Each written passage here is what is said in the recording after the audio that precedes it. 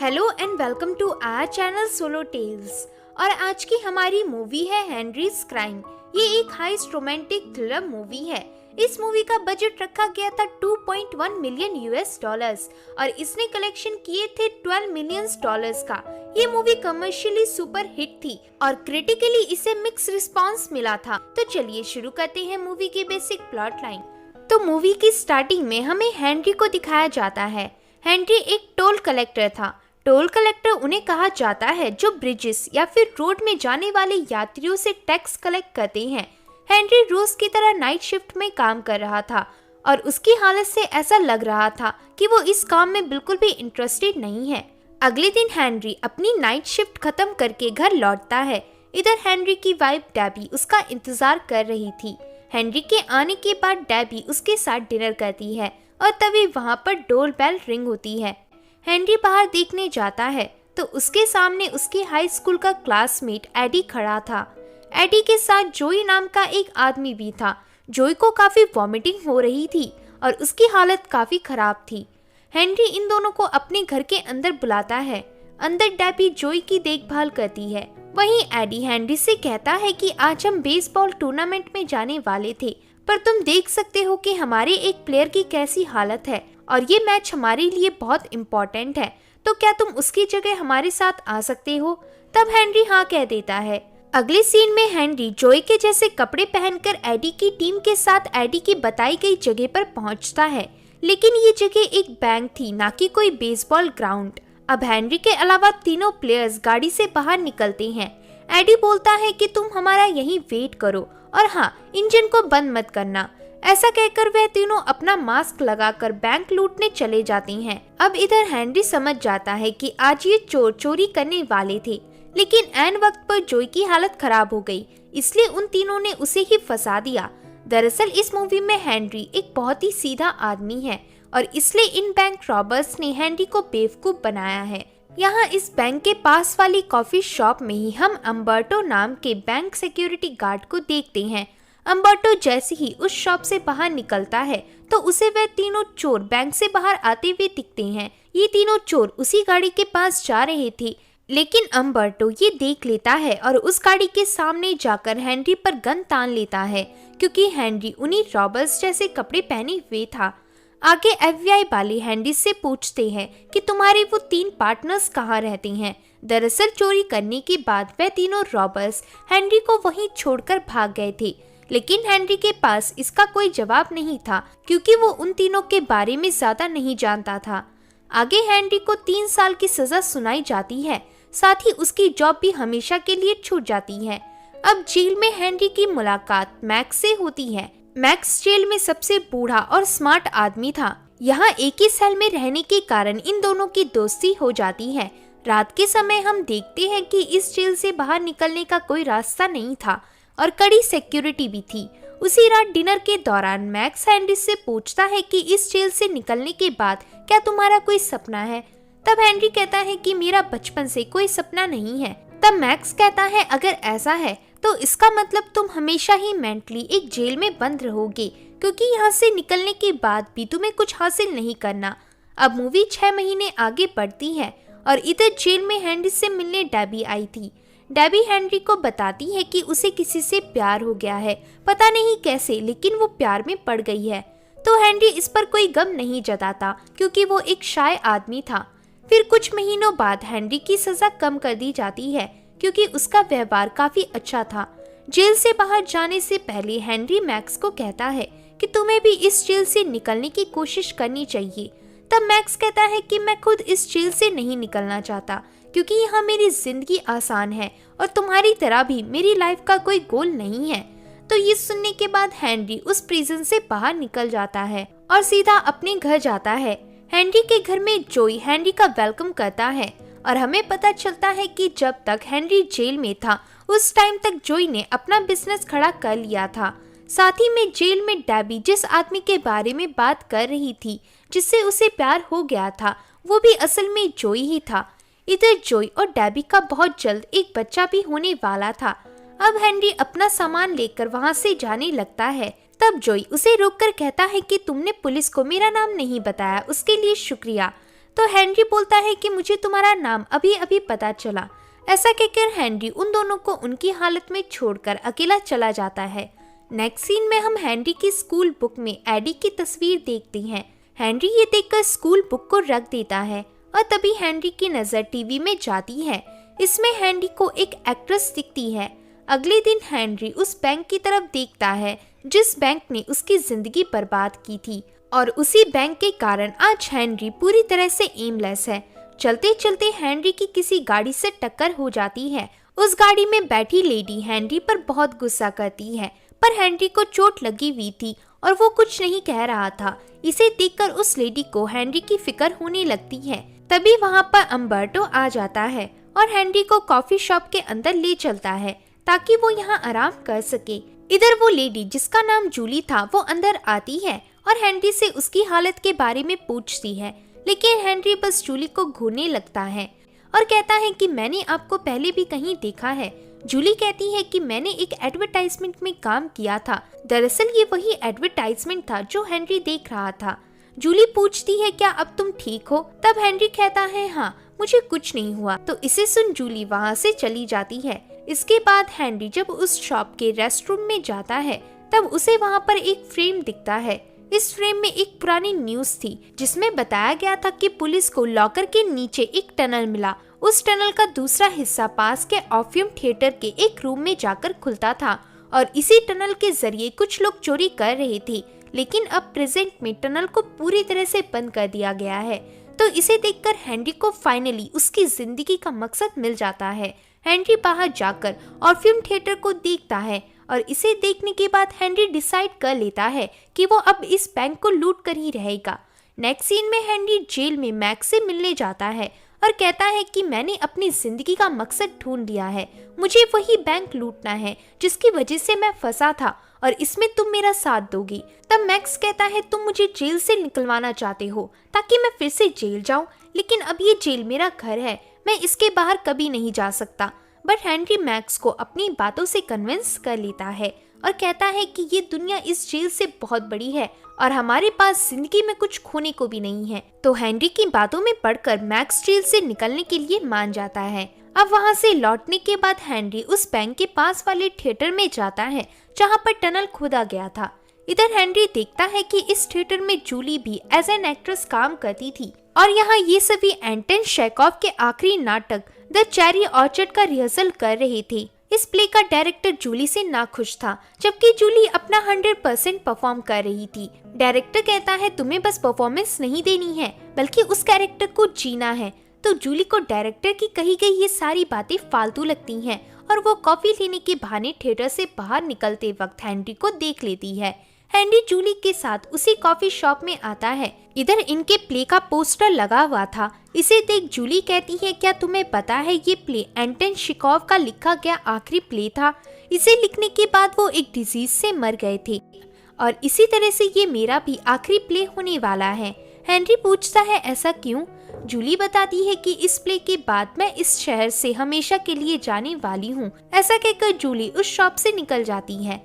अब scene max पर आता है जो इस वक्त बोर्ड की मीटिंग में था। दरअसल अगर कोई कैदी बोर्ड के लोगों को ये समझाने में कामयाब हो जाता है कि वो अब फिर से कोई क्राइम नहीं करेगा तो उस कैदी को छोड़ दिया जाता है। इधर हेनरी के कहने पर मैक्स आखिरी बार इसके लिए अप्लाई करता है और अगले सीन में हम मैक्स को जेल से बाहर देख पाते हैं। बाहर हेनरी मैक्स को लेने आया था। इसके बाद मैक्स उस कैफे के रेस्टरूम का न्यूज़पेपर देखता है और कहता है कि ये न्यूज़ 80 साल पुरानी है। इस टनल को दोबारा खोदने से अच्छा कि हम बैंक के सामने से जाकर गन वगैरह तान कर चोरी कर ले।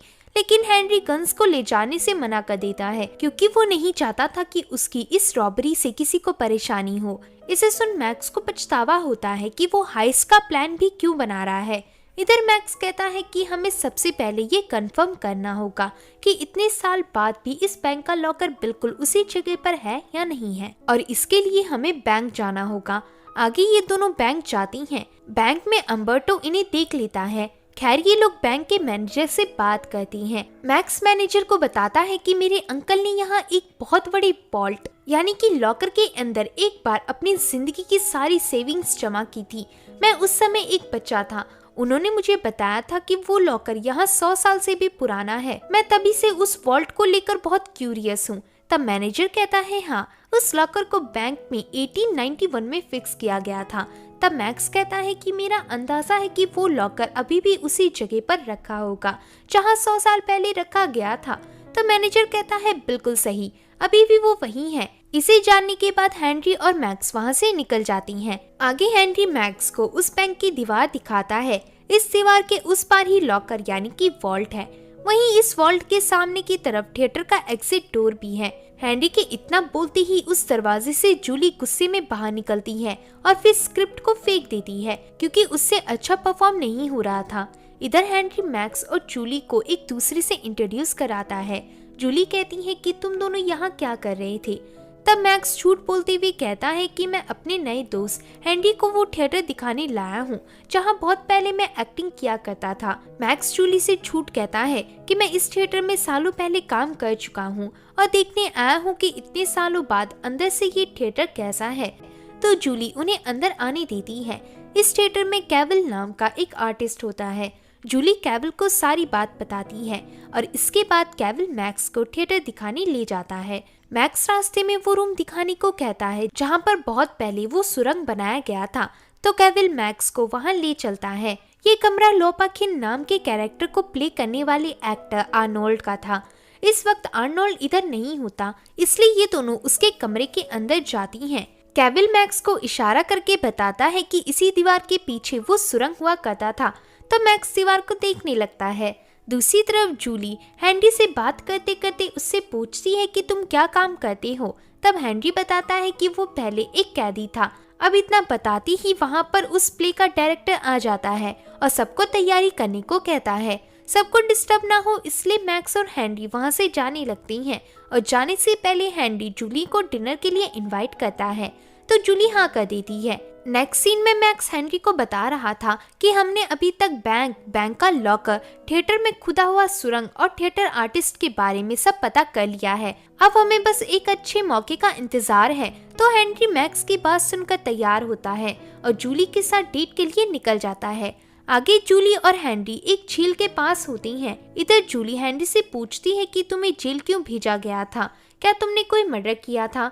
तो हेनरी जूली को सारी कहानी बताता है कि कैसे बेगुनाह होते हुए भी उसे पुलिस ने अरेस्ट कर लिया और इस कारण उसकी वाइफ और उसका जॉब सब चला गया। हेनरी कहता है कि मैं बहुत जल्द बैंक वालों से अपना बदला लूंगा और अब मैं असलियत की चोरी करूंगा जो मैंने नहीं की थी। ये चोरी हम तुम्हारे ही थिएटर में बने टनल से करने वाले हैं, वही टनल जिसे 80 साल पहले बंद कर दिया गया था। तो जूली हेनरी की कहानी सुनकर ये बात सीक्रेट रखने का प्रॉमिस करती है। रात के समय जूली हेनरी को अपने घर लाती है और यहाँ जूली अपने प्ले का एक डायलॉग बोलती है और हेनरी उस प्ले की बुक में जूली के डायलॉग को ढूंढने लगता है। तब जूली कहती है क्या तुम मेरे लिए लोपाकिन का डायलॉग पढ़ सकती हो। तो हेनरी लोपाकिन का डायलॉग इतने अच्छे से फील के साथ पढ़ता है कि जूली को वो काफी पसंद आ जाता है और ये दोनों एक दूसरे को किस करने लगती हैं। बाद में ये दोनों इंटीमेट भी होती हैं।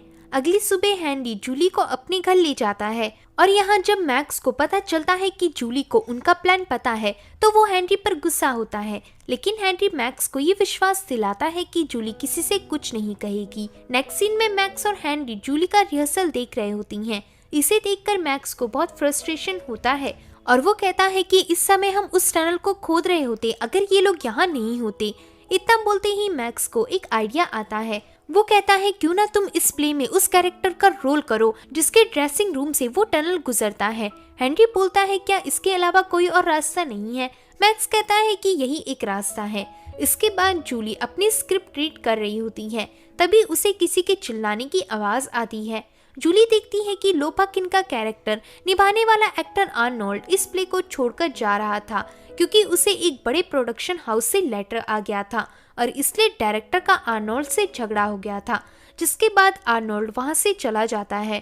थिएटर से निकलने के बाद जूली जब अपनी कार में बैठती है तभी उसके पास मैक्स आता है और कहता है कि मैं एक आदमी का नाम जानता हूँ जो लोपाकिन का कैरेक्टर निभाने लायक है, उसका नाम है हेनरी। तो इसे सुन जूली समझ जाती है कि आर्नोल्ड और डायरेक्टर की लड़ाई धोखे से मैक्स ने ही करवाई थी। आफ्टर ऑल मैक्स एक कॉन आर्टिस्ट है। जूली पहले तो मैक्स पर अपना गुस्सा उतारती है और फिर वो हैंडी को एक ऑडिशन दिलवाने को मान जाती है। अगली सीन में हैंडी नर्वसनेस के कारण क्रू के सामने डायलॉग नहीं बोल पाता, लेकिन जब जूली हैंडी के पास खड़ी होती है तब हैंडी बिल्कुल फ्लो में डायलॉग डिलीवरी करता है और ये दोनों किस भी कर लेती हैं।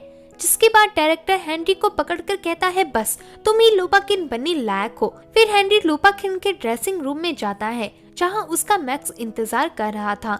इधर हैंडी दीवार को तोड़ना शुरू करता है और जब दीवार टूटती है तो हैंडी के सामने एक बड़ा सा पत्थर था जिसे उस टनल में फंसाया गया था ताकि कोई यहाँ से ट्रैवल ना कर सके। इसे देखकर हैंडी कहता है लगता है हमें एक और आदमी की जरूरत पड़ेगी।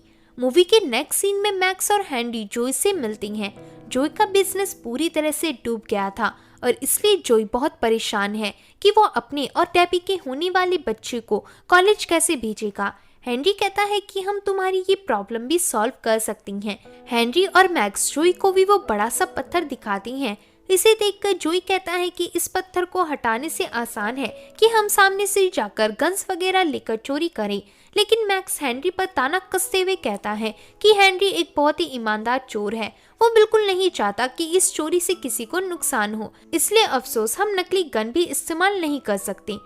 अब मूवी टाइम लैप से आगे बढ़ती है। हमें दिखाया जाता है कि इस तरफ हैंडी प्ले का रिहर्सल करने के बहाने सबको उलझाकर रख रहा था। दूसरी तरफ हैंडी के साथी ड्रेसिंग रूम में वो बड़ा सा पत्थर हटाने की कोशिश कर रही थी। अब रात के समय हैंडी मैक्स और जोई के साथ डिनर करके लौट रहा होता है कि तभी उन्हें पुलिस इंस्पेक्टर अम्बर्टो देख लेता है। अम्बर्टो कहता है मैंने तुम तीनों को बैंक के अंदर, बैंक के सामने वाली बिल्डिंग के पास और बैंक के पास वाले थिएटर में कई बार देखा है और मुझे पता है कि तुम क्या करने वाले हो। अम्बर्टो इनकी गाड़ी में बैठता है और बताता है कि मैं तुम्हें अरेस्ट करने नहीं बल्कि तुम्हारा साथ देने आया हूँ। बैंक में हर महीने एक समय ऐसा आता है जब लॉकर में बहुत ज्यादा पैसे जमा होती हैं। वहीं कई बार लॉकर को खाली भी किया जाता है और सिर्फ मैं ही तुम्हें बता सकता हूँ कि किस वक्त लॉकर चोरी करने में तुम्हारा फायदा है। साथ ही में मुझे लॉकर के अलार्म सिस्टम का कनेक्शन भी पता है। तब मैक्स कहता है कि तुम हमें खुद के ही बैंक को लूटने में मदद क्यों कर रहे हो।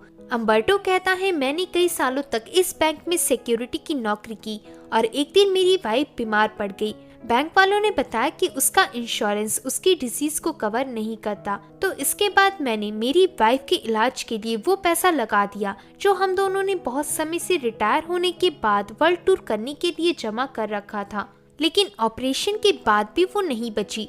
अब मुझे रिटायर होने में बस 2 हफ्ते बचे हैं और मैं इस बैंक से अपनी वाइफ की मौत का बदला लेना चाहता हूँ। तो अब ये चारों इस बैंक रॉबरी में पार्टनर बन जाती हैं। अगले दिन प्ले के सभी एक्टर्स अपने कॉस्ट्यूम में रिहर्सल करती हैं क्योंकि अब प्ले को बस कुछ ही दिन बचे होती हैं। यहाँ डायरेक्टर रोज की तरह जूली के डायलॉग डिलीवरी से बहुत परेशान दिखता है क्योंकि जूली उस तरह का इमोशन नहीं ला पा रही थी। इससे जूली का चेहरा रोने जैसा बन जाता है और वो स्टेज से निकलकर अपने रूम में जाकर रोने लगती है। तभी हेनरी वहाँ आता है और उससे उसका हाल पूछता है। जूली कहती है कि मैं उस डायरेक्टर से नफरत करती हूँ। ऐसा कहकर जूली एक पॉज लेती है और आगे कहती है कि सभी लोग मुझे बोलते हैं कि मैं कोल्ड एक्ट्रेस हूँ, मैं लोगों के दिल तक कभी नहीं पहुँच सकती। तब हेनरी जूली के पास जाकर उसे किस करते हुए कहता है कि तुम कोल्ड एक्ट्रेस नहीं हो। अब शाम के समय मैक्स और हेनरी इस बारे में डिस्कस कर रही होती हैं कि वह दोनों इस हाइस्ट के बाद कहाँ जाएंगे कि इतने में ही डोरबेल रिंग होती है। दरवाजे के बाहर जोई खड़ा था। जोई शराब की हालत में हेनरी से माफी मांगकर रूम में अंदर जाता है और इधर जोई के पीछे एडी था। एडी हेनरी के रूम में जाता है और यहाँ हमें पता चलता है कि जोई ने हेनरी का सारा प्लान एडी को बता दिया और अब मजबूरन इन्हें एडी को भी अपनी टीम में शामिल करना पड़ेगा। वहाँ से निकलकर हेनरी बाहर जाता है और बाहर उसके प्ले के पोस्टर में प्ले की फाइनल तारीख 2 दिन बाद की लिखी हुई थी, लेकिन इसी सेम तारीख में हेनरी की टीम ने लॉकर चुराने का प्लान बनाया था। हेनरी प्लान को पोस्टपोन करने को कहता है, लेकिन मैक्स बोलता है ये कोई बस नहीं है जो बार बार आएगी। अम्बर्टो को रिटायर होने में बस कुछ ही दिन बचे हैं और उसी वक्त तक चोरी करने का सही मौका है। ऐसा बोलकर मैक्स वहां से चला जाता है। अगले सीन में हेनरी मैक्स से कहता है कि मैं ये नहीं कर सकता, मुझे ये प्ले जूली के लिए करना है। तब मैक्स कहता है पता है हेनरी, तुम मुझे जेल से लाए थे ताकि हम बैंक से चोरी कर सके। तुमने मुझे एक नया मकसद दिया, वरना मैं अपनी पूरी जिंदगी एक डरपोक की तरह उसी जेल में बर्बाद कर देता। तुम्हारा काम इस वक्त हमारे साथ इस टनल से रास्ता बनाना है और 2 दिन बाद हम बैंक के लॉकर को लूटकर एक गाड़ी से बहुत दूर जाने वाली हैं। तो हेनरी मैक्स की बातों को समझ जाता है। अगला सीन जूली के एडवर्टाइजमेंट से शुरू होता है, जिसे हेनरी देख रहा था। तभी वहाँ पर जूली आ जाती है। हेनरी जूली से कहता है कि मैं तुम्हें कुछ बताना चाहता हूँ। असल में हम ये चोरी शो के ओपनिंग नाइट में ही करने वाले हैं, इसलिए मैं इस शो का आखिरी एक्ट नहीं कर पाऊंगा। उस टाइम मुझे इस सिटी से हमेशा के लिए जाना होगा। तो इसे सुन जूली बहुत गुस्सा होती है और कहती है कि मुझे पहले ही समझ जाना चाहिए था कि तुम आखिरकार एक चोर ही हो। मुझे तुम्हारे बारे में पता चलते ही पुलिस को बता देना चाहिए था, लेकिन अब कुछ नहीं हो सकता। जाओ अपना वो बैंक लूटो। तो हेनरी सॉरी मांगकर वहां से चला जाता है।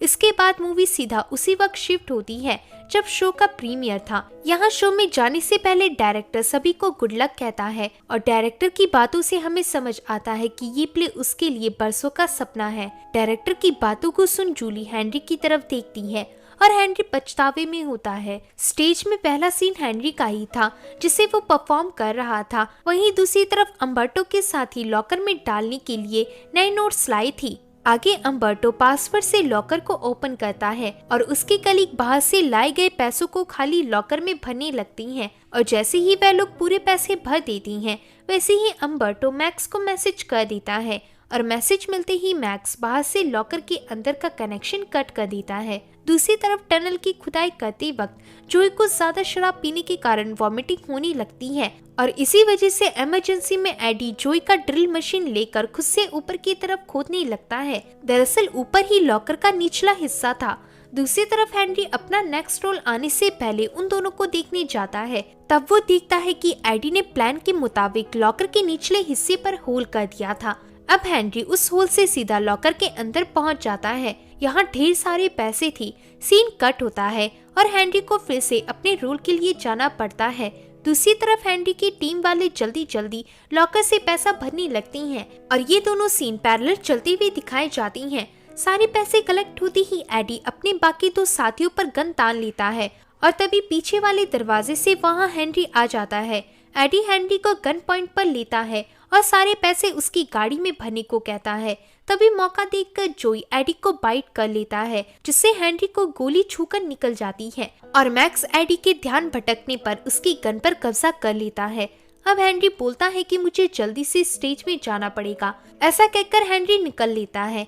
यहाँ हेनरी के साथी एडी को बांधकर वहाँ से जाने लगती हैं, क्योंकि इन्हें पता है कि ये जगह पुलिस कल तक ढूंढ लेगी। हेनरी के साथी सारे पैसों को गाड़ी में भर लेती हैं और तभी वहाँ हेनरी अपना आखिरी एक्ट खत्म किए बगैर पहुँच जाता है। अब ये तीनों यहाँ से जाने लगती हैं, लेकिन जाते वक्त ही हेनरी को रियलाइज होता है कि वो कुछ गलत कर रहा है। हेनरी जल्दी से गाड़ी रोकने को कहता है और मैक्स को बताता है कि मैं तुम्हें उसी जगह मिलूंगा जहाँ हमने जाने का डिसाइड किया था। तो मैक्स समझ जाता है और उसे जाने देता है। हेनरी वहाँ से दोबारा थिएटर की ओर भागने लगता है। दूसरी तरफ स्टेज में हेनरी का रोल आने ही वाला था और इधर जूली को पूरा यकीन था कि हेनरी वापस नहीं आएगा। वो चोरी करके हमेशा के लिए भाग गया है। लेकिन तभी हेनरी ऑडियंस के बीच में से स्टेज में चढ़कर जूली के पास आता है और कहता है कि मैं तुम्हारे लिए ट्रेन छोड़कर वापस आया हूँ, मुझे बस तुम चाहिए। तो जूली हेनरी को माफ नहीं करती और कहती है कि तुम्हें उस ट्रेन में चढ़ जाना चाहिए था, तुम्हारे लिए बस पैसा ही मायने रखता है। अब ये प्ले स्क्रिप्ट के हिसाब से नहीं चल रहा था, लेकिन डायरेक्टर प्ले को नहीं रोकता, क्योंकि उसे जूली के अंदर वो कैरेक्टर दिख गई थी जो वो तब से ढूंढ रहा था। आगे उस स्टेज में आर्टिस्ट भी हेनरी के कैरेक्टर से बहस करनी आती हैं, लेकिन उनका एक डायलॉग बोलने से पहले ही हेनरी उन्हें डांटकर स्टेज से भगा देता है, क्योंकि हेनरी के पास ज्यादा समय नहीं था। हेनरी अकेले में ही जूली से बात करके उसे कन्विंस करने लगता है। मतलब हेनरी ने प्ले की सैड एंडिंग को बदल दिया था। अब जूली भी हेनरी को माफ कर देती है और ये दोनों ऑडियंस के सामने किस करने ही वाली होती हैं कि तभी डायरेक्टर लाइट्स ऑफ कर देता है और इसी के साथ मूवी एंड हो जाती है। तो दोस्तों, होप है कि आपको ये मूवी पसंद आई होगी। अगर वीडियो पसंद आता है तो वीडियो को लाइक और चैनल को सब्सक्राइब करें और हमें कमेंट करके भी जरूर बताएं कि आपको ये वीडियो कैसा लगा। तो मिलते हैं अगले ऐसे ही मजेदार वीडियो के साथ। तब तक के लिए बाय बाय।